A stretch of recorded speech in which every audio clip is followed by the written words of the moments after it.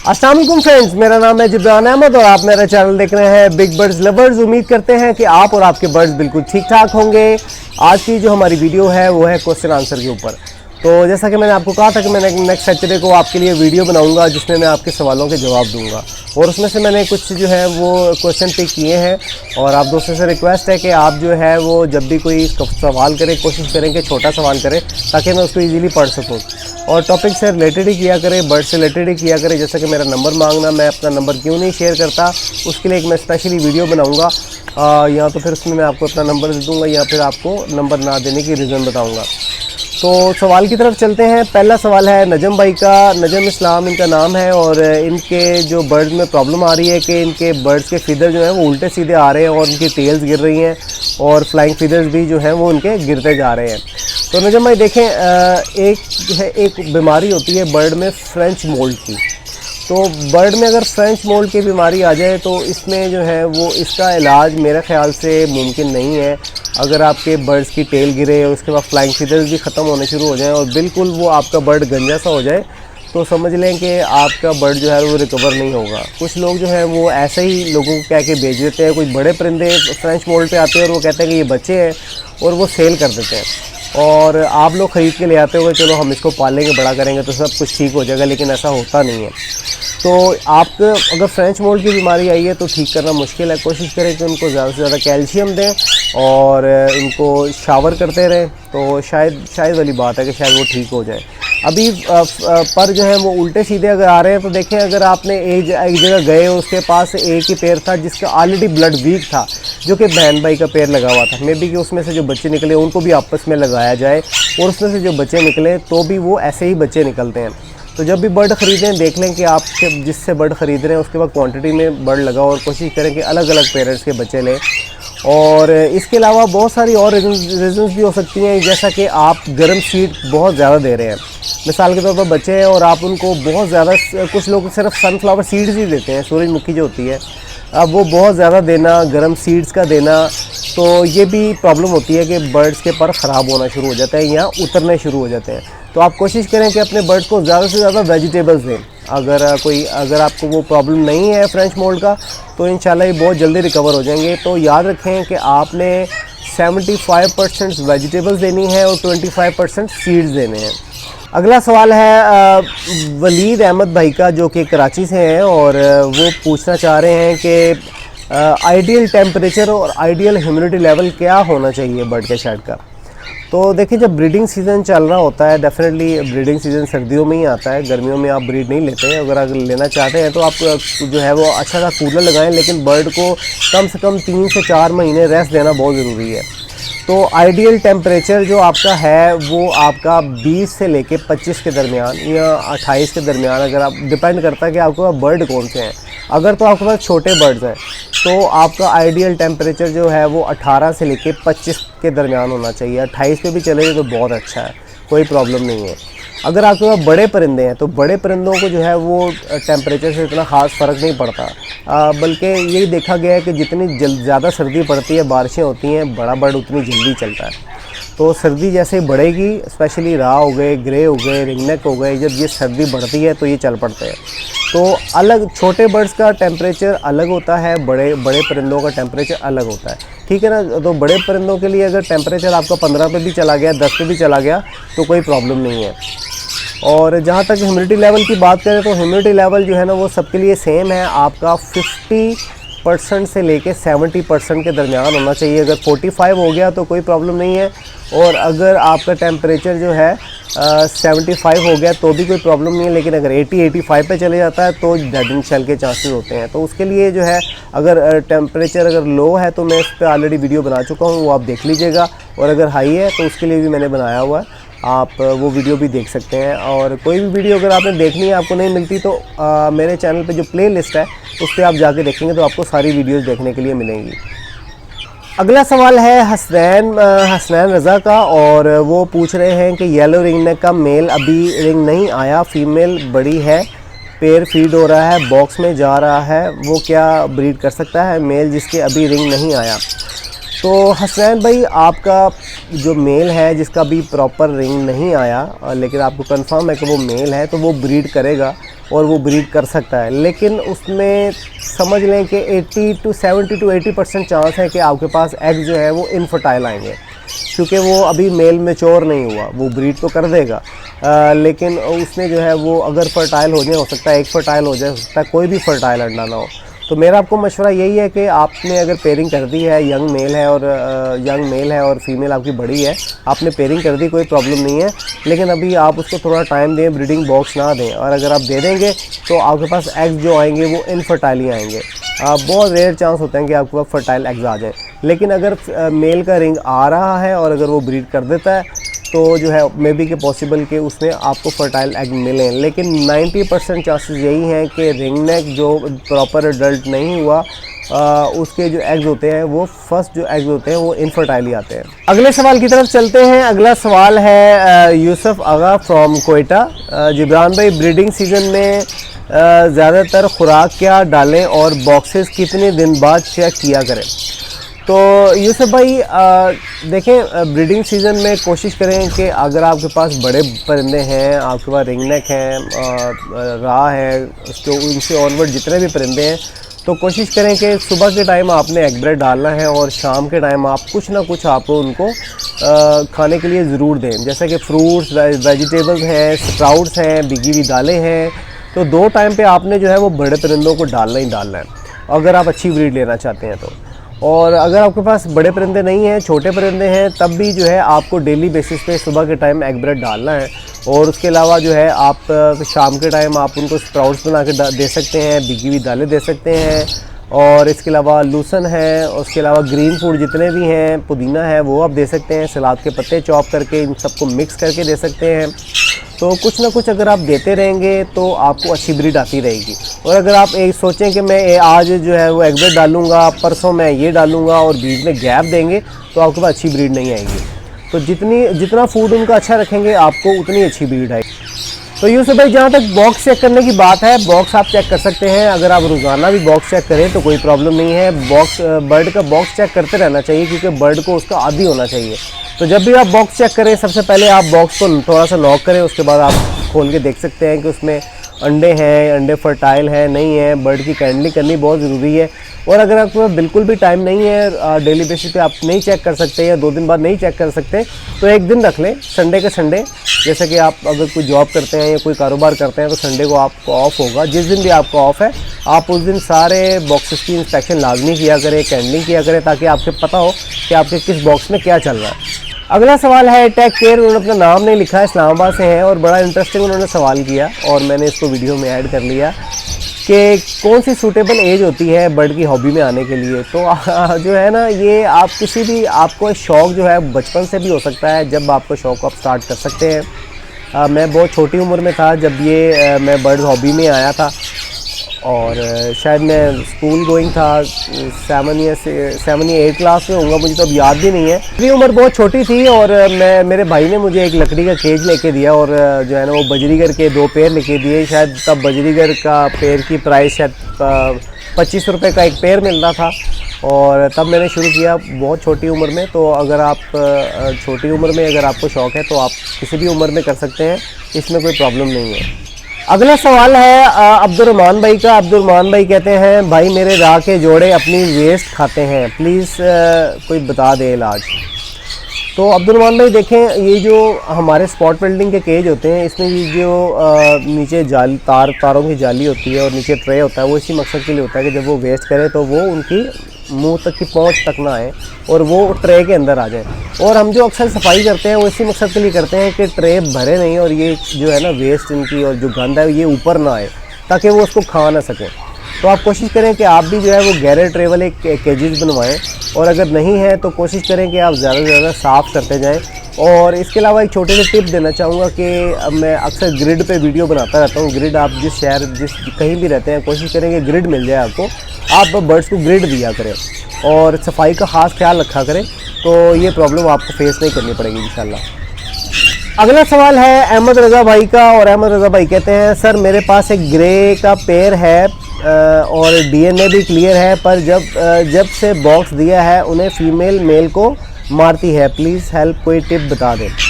अहमद भाई एक बार याद रखिएगा, वैसे तो हमें थोड़ी सी पहचान हो जाती है अफ्रीकन ग्रे के मेल फीमेल में, क्योंकि मेल जो है वो फीमेल की निस्बत थोड़ा ज़रा बल्कि और बड़े साइज़ का होता है, उसका हेड भी बड़ा होता है और वो डार्क कलर में होता है। और समटाइम जो है फीमेल जो होती हैं वो मेल, अगर आप दोनों मेल फीमेल देखें, गौर से देखें तो फीमेल आपको मेल से थोड़ी छोटी और सिल्वर कलर में नजर आएगी, उसका हेड भी थोड़ा छोटा होगा। लेकिन हम फिर भी इसका डीएनए करवा लेते हैं, डीएनए करवाना बहुत ज़रूरी होता है। समटाइम मेल जो है वो भी फीमेल की शेप पे नज़र आता है और वो भी सिल्वर होता है, साइज़ में थोड़ा छोटा होता है, उसका हेड भी छोटा होता है। तो मेरा आपको मशवरा ये है कि आप एक दफ़ा मेरे कहने पे किसी जहाँ से आपने डीएनए पहले करवाया था या आपके पास डीएनए है उससे हट के किसी और कंपनी से एक दफ़ा डीएनए और करवा के देख लें, क्योंकि इसमें जो है वो समटाइम आपके पास दोनों मेल होते हैं और मेल मेल को जो है वो मारता है, और या फीमेल फीमेल इकट्ठी लगी हो तो एक दूसरे को मारते हैं। समटाइम ये अगर आपका पेयर हो तो ये बड़ी जल्दी बॉन्डेड हो जाता है, और आपने बॉक्स दिया और बॉक्स के अंदर नहीं जा रहे तो ज़रूर आपके, जहाँ तक मुझे लगता है आपका डीएनए ठीक नहीं है। आप एक दफ़ा डीएनए और करवा लें, और अगर आपको कंफर्म हो जाए कि मेल फीमेल है तो आप मुझे कमेंट में ज़रूर बताइएगा। अगला सवाल है शाह फैसल भाई का, और वो केपीके से ताल्लुक़ रखते हैं, और उनका प्रॉब्लम ये है कि उनके पास जो पेयर है वो क्रॉस तो हो रहा है लेकिन बॉक्स में नहीं जाता, और रात के टाइम बॉक्स में जाता है लेकिन वो एग ले नहीं कर रहा। तो ये अक्सर लोगों का प्रॉब्लम आती है कि पेयर क्रॉस तो होता है लेकिन वो एग ले नहीं करता। तो इसमें मैं आपको बताता चलूँ कि ये जो है अक्सर ये प्रॉब्लम फेस करनी पड़ती है, और एक टाइम पे मुझे भी एक प्रॉब्लम फेस करनी पड़ी। इसमें बताता चलूँ कि देखें, आपने अपने बर्ड की इंस्पेक्शन खुद करनी है। आपको अपना बर्ड पकड़ना है, फीमेल को पकड़ना है, फीमेल को चेक करना है कि कहीं उस पर बहुत ज़्यादा चर्बी तो नहीं है, उसकी वेंट काफ़ी फुली होगी और आपको उसकी वेंट पे येलो क्रीम कलर जो है ना वो आपको वाज़िया नज़र आएगा।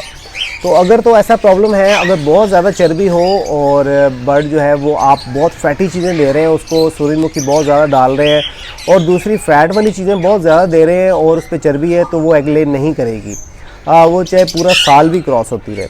तो अगर ऐसा प्रॉब्लम नहीं है तो दूसरा प्रॉब्लम ये होता है कि इंसानों में भी ये प्रॉब्लम आता है बांझपन का। बांझपन अगर इंसानों में है तो इसी तरह परिंदों में भी ऐसा प्रॉब्लम आ सकता है कि फीमेल जो है वो बांझपन की वजह से एग ही नहीं ले कर पाती। दूसरा ये कि दूसरा प्रॉब्लम ये हो सकता है कि आपने अपने बर्ड की डिवॉर्मिंग नहीं करवाई, उसके पेट में कीड़े हैं, जैसे ही अंडे बनना शुरू होते हैं छोटे छोटे वो कीड़े उन अंडों को खा जाते हैं। और तीसरी प्रॉब्लम जो मेरे जहन में आता है वो मैं आपको बताता रहता हूँ, वो आपने खुद ही जज करना है कि आपके बर्ड को क्या प्रॉब्लम है। या फिर बर्ड की एज का बहुत ज़्यादा हो जाना, फीमेल की एज का बहुत ज़्यादा हो जाना, तब भी फीमेल जो है वो क्रॉस तो होती है, मेल मीटिंग तो करता है लेकिन फीमेल एग नहीं ले करती। तो आपको ये चीज़ें देख लेनी है कि आपको इनमें से क्या प्रॉब्लम फेस करनी पड़ रही है। अगर आप एक दफ़ा डिवॉर्मिंग करवा के देखें, उस बर्ड की डिवॉर्मिंग करवाएं, और अगर डिवॉर्मिंग करवाने से भी फ़र्क नहीं पड़ता, लेकिन सबसे पहले आपने उसकी चर्बी चेक कर लेनी है कि कहीं उसकी वेंट पे चर्बी तो नहीं है बहुत ज़्यादा, जिसकी वजह से एग नहीं ले कर रही। और अगर किसी भी सूरत में आपको कोई मसला हल नहीं होता तो मेरा मशवरा यही है कि आप उसको सेल कर दें, फीमेल को चेंज कर लें और मेल को रहने दें। अगला सवाल है एसएम भाई का, जो कि सियालकोट से ताल्लुक़ रखते हैं। वो कहते हैं कि भाई मेरे पास 3 पेयर हैं, वो एग पानी में ले कर देते हैं, मटकी भी लगाई है और बॉक्स भी मैंने लगा दिया है, प्लीज़ टिक माई क्वेश्चन।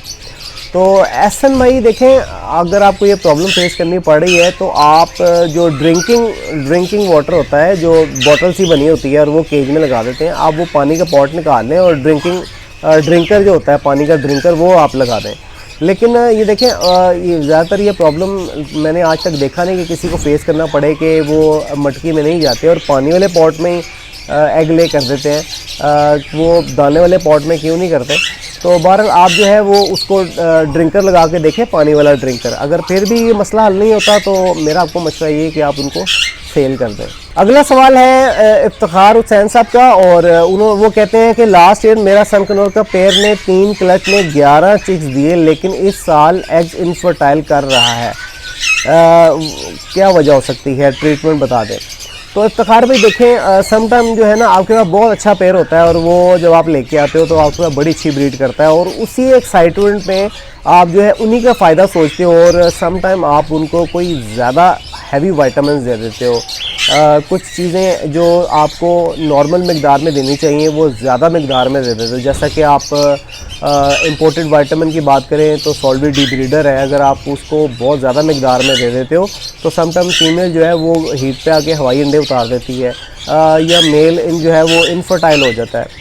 तो आप कोशिश करें कि अपने बर्ड्स को जो है ना वो विटामिन जो भी आप दे रहे हैं वो ज़्यादा हैवी ना दें, कोई लंबे कोर्स ना करवाएं, उसकी मिकदार को ज़्यादा ना रखें, और कोई बहुत ज़्यादा एक्स्ट्रा गर्म चीज़ें होती हैं वो बर्ड को ना दें जल्दी ब्रीड करवाने के लिए। कोशिश करें कि फ्रूट्स वेजिटेबल्स पे रखें। और अगर फिर भी आपको मसला नहीं हल होता तो आप कोई भी जो है वो फर्टिलिटी के लिए फर्टिवेट है और बहुत सारी और भी मेडिसिन है जो फर्टिलिटी के लिए इस्तेमाल होती हैं। इंशाल्लाह आने वाले दिनों में मैं उसके भी एक वीडियो बनाने वाला हूँ, तो आप वो इस्तेमाल कर सकते हैं। लेकिन आप मेक श्योर कर लें कि आपने कोई ऐसी हैवी चीज़ ना दी हो उनको, बहुत गर्म चीज़ या एक्स्ट्रा वाइटामिन, तो ये पेयर आपका ठीक हो जाएगा। अगर पिछले साल किया था तो इस साल भी ब्रीड इसको करना चाहिए।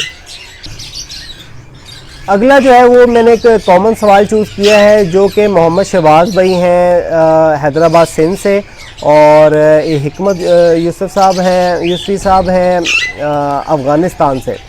दोनों भाई जो हैं वो ग्रीन रिंगनेक लगाना चाह रहे हैं, और यूसुफ़ी भाई ने पूछा है कि जो जंगली रिंगनेक होते हैं वो घर पे ब्रीड करते हैं। तो जी बिल्कुल, जंगली जो रिंगनेक होते हैं वो घर पे ब्रीड करते हैं, मेल फीमेल कंफर्म हो, और लेकिन वो थोड़ा टाइम लेते हैं ब्रीड करने में, क्योंकि वाइल्ड बर्ड होता है जब आप उसको केज में डालते हो तो वो समझ लें कि 1 साल वो केज में सेट होने में, अपना जो डर है वो ख़त्म करने में टाइम लगा देता है।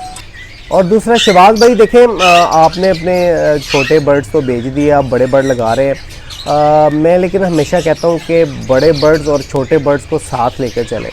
छोटा बर्ड जो है वो बड़े बर्ड को सपोर्ट करता है, और आपके पास अगर अच्छे कोई भी ब्रीडर पेयर है आप उनको सेल मत करें, लेकिन आप बड़े बर्ड लाजमी लगाएं, क्योंकि ये जो छोटे बर्ड्स होते हैं ये आपका सर्कल चलाते हैं, और बड़े बर्ड्स का क्योंकि आपको पता है खर्चात ज़्यादा होते हैं, फ्रूट्स वेजिटेबल्स भी ख़रीदने, तो उसमें भी आपको काफ़ी हेल्प करते हैं। तो आप बिल्कुल लगा सकते हैं। और आपने पूछा कि कब ख़रीदूँ, तो जितनी जल्दी हो सकता है आप ख़रीद लें, क्योंकि आप अभी जो पेड़ ख़रीदेंगे वो आपके इस साल नहीं अगले साल चलेंगे। हाँ, अगर आपने बहुत कोई अच्छा ब्रीडर पेयर ख़रीद लिया तो वो उम्मीद है कि अभी आप ख़रीदते हैं, फरवरी में ख़रीदते हैं, तो वो मार्च में भी कि आपके पास चल जाए। लेकिन अगर आप वाइल्ड ख़रीदते हैं या ऐसे पेड़ जो रुके हुए पेड़ हैं वो आप ख़रीदते हैं तो वो आपके अगले साल ही चलेंगे। और जितनी जल्दी ख़रीदेंगे उससे फ़ायदा ये होगा कि अगला ब्रीडिंग सीज़न आने से पहले आपका बर्ड जो है वो ब्रीड के लिए सेट हो जाएगा। और ग्रीन रिंगनेक के बारे में आपको बताता चलूँ कि जो ग्रीन रिंगनेक होते हैं ये नॉर्मली जो दूसरे येलो, वाइट और दूसरे जो कलर्ड बर्ड होते हैं म्यूटेशन से थोड़े बाद में चलते हैं, कभी भी उनके साथ नहीं चलते। जैसे कि सितंबर, अक्टूबर, नवंबर में जो है ना वो जो white ringneck, yellow ringneck breed कर देते हैं, तो ये ग्रीन जो है ये थोड़ा देर से चलते हैं। तो और जैसे जैसे आपका पेयर पुराना होता जाएगा, आपको ब्रीडर पेयर है उसने मार्च में ब्रीड कर दी, तो अगले साल वो थोड़ा थोड़ा पीछे आता जाएगा, तो जल्दी ब्रीड शुरू करता जाएगा। तो अब आपने अगर ख़रीदना है तो फिर आप अभी ख़रीद लें, चाहे वाइल्ड ख़रीद लें, चाहे आप ब्रीडर पेयर ख़रीद लें, और ज़हन में ये रखिएगा कि ये बर्ड आपके अगले साल चलेंगे। अगला सवाल है रज़ा महमूद भाई का, और रज़ा महमूद भाई कहते हैं कि भाई जावा स्पैरो से अच्छी ब्रीड लेने के लिए कुछ टिप्स बता दें, कॉलोनी हो या केज सिस्टम। तो देखें रज़ा भाई, मेरा जहाँ तक एक्सपीरियंस है जावा कॉलोनी में बहुत अच्छी ब्रीड करती है, 1 बाय 1 ब्रीड तो करती है लेकिन इतनी अच्छी ब्रीड नहीं करती, उसमें आपकी अच्छी एवरेज नहीं आती। तो जितनी बड़ी फ्लाइट देंगे उसको उतनी अच्छी ब्रीड करेगी।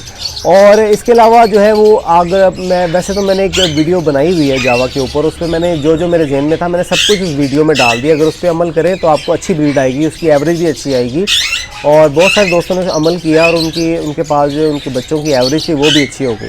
तो देखें, कॉलोनी आपने एक तो कॉलोनी देनी है, दूसरा आपने नहाने के लिए उनको बड़ा बर्तन देना है, चाहे फिर सर्दियाँ हो या गर्मी हो, उसको बर्ड को नहाने दें, वो जितनी नहाएगी उतना खुश होगी। उसके अलावा ऐसी जगह आपने चूज़ करनी है जहाँ पे धूप आती हो, स्पेशली सर्दियों में कम से कम 3 से 4 घंटे मस्त धूप आनी चाहिए उनकी कॉलोनी में। और इसके अलावा एग फूड जो है वो आपने डेली बेसिस पे आपने उनको एग फूड देना ही देना है। तो एग फूड जब देंगे उसकी डाइट का ख्याल रखेंगे, स्पेशली जावा के लिए अगर प्रोटीन लेवल आप हाई रखेंगे तो ये आपको एवरेज बहुत अच्छी रहेगी। जैसा कि मैं बताता हूँ कि ब्लड वॉर्म्स हैं वो आप मिक्स कर सकते हैं। इसके अलावा कोई भी प्रोटीन वाली चीज़ें हैं तो वो आप इसके एग फूड में डाल दें तो आपको इंशाल्लाह इसकी अच्छी ब्रीड मिलेगी। और बर्तन जो है वो दाने का बर्तन अलग से है, दाने की क्या रेशो है उसका मैंने चार्ट बनाया हुआ है, मेरी प्लेलिस्ट में आप जाके देख सकते हैं। और इसके अलावा जो मूंजी है, चोना जिसमें चावल का दाना होता है, उसके लिए आपने एक अलग से बर्तन रखना है। तो 2 बर्तन होने चाहिए, पानी का पॉट बड़ा होना चाहिए, एग फूड डेली बेसिस पे आपका पड़ा होना चाहिए। तो इंशाल्लाह आप जो है ना आपकी जावा अच्छी ब्रीड भी करेगी और उसकी एवरेज भी अच्छी आएगी। अगला सवाल है, उन्होंने अपना नाम जो तो नहीं लिखा और मुल्तान से हैं, और वो कह रहे हैं कि क्या ऑफ सीज़न में ब्रीडर पेयर को कॉलोनी में फ़्लाइट में रखना ज़रूरी है या नहीं। तो भाईजान देखें, अब बर्ड ऑफ सीज़न में आपको 3 से 4 महीने उसको रेस्ट देना है। वो एक छोटे से केज में है बर्ड और इतनी फ्लाई नहीं कर रहा। तो जब आप उसको बड़े केज में ऑफ सीज़न में आप छोड़ देंगे, सब बर्ड को इकट्ठा कर देंगे, तो एक तो फ़ायदा आपको ये है कि आपको दाना पानी करना आसान हो जाएगा।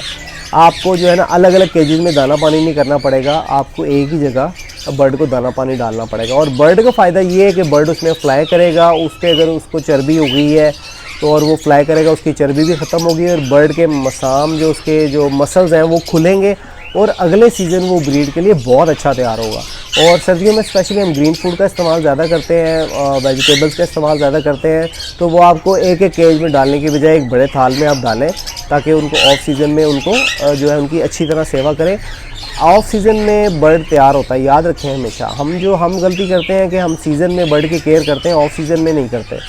तो ऑफ सीज़न में बेसिकली बर्ड तैयार होता है, ऑफ सीज़न में अच्छी डाइट देंगे तो वो आपको सीज़न में आके अच्छी ब्रीड देगा। अगला सवाल है यूसुफ भाई का, जो कि कराची से ताल्लुक़ रखते हैं, और वो कह रहे हैं कि क्या मैं डक को कॉलोनी में रख सकता हूँ। मेरे पास जो है वो टाइम नहीं है उनको दाना पानी करने के लिए और वो 1 बाय 1 नहीं लगाना चाह रहे। तो यूसुफ भाई देखें, डब जो है वो आपको 1 बाय 1 ही अच्छा रिज़ल्ट देगी। आप इसको कॉलोनी में लगाएंगे और वो एक दूसरे को मारती रहेगी, अच्छा ब्रीड भी नहीं करेगी। आपको दाना पानी करना तो आसान हो जाएगा, लेकिन आपको जो एवरेज चाहिए, आपको जो ब्रीड चाहिए वो नहीं मिलेगी। तो आपको इनको 1 बाय 1 ही लगाना पड़ेगा। अब अगर आपके पास टाइम नहीं है, कोई प्रॉब्लम है, तो या तो आप इनको ख़त्म कर दें, कोई और चीज़ लगा लें। अब डब छोड़ के जावा लगा लें, आप वो कॉलोनी में लगा सकते हैं। या फिर आप जो है अगर आपने मतलब डव ही रखनी है तो आप फिर उसमें कोई अच्छी मुटेशन पे चले जाएं। पाइट डव है, रेड पाइट डव है, स्नो वाइट डव है, 10 की जगह 2 पेयर लगा लें, लेकिन लगाएं 1 बाय 1, तो ही आपको इसका मज़ा आने वाला है। फ्रेंड्स, तो सवाल तो बहुत सारे थे, लेकिन कुछ सवाल मैंने चूज़ किए और बाकी दोस्त जो जिनके सवालों का जवाब नहीं दे सका, मैं कोशिश करूँगा कि आपके कमेंट में ही आपका आंसर कर दूँ। तो आज जो है वो इस वीडियो को ख़त्म करते हैं। उम्मीद करते हैं कि आपको आज की वीडियो अच्छी लगी होगी। अगर वीडियो अच्छी लगी है तो वीडियो को लाइक करें और इस वीडियो के नीचे कमेंट में आप जितने भी क्वेश्चन करेंगे उनमें से मैं चूज़ करके 10 क्वेश्चंस को नेक्स्ट सैटरडे की वीडियो में शामिल करूँगा। तो इसी के साथ मुझे इजाज़त दें, मिलते हैं नेक्स्ट वीडियो में नए टॉपिक के साथ। अल्लाह हाफ़िज़।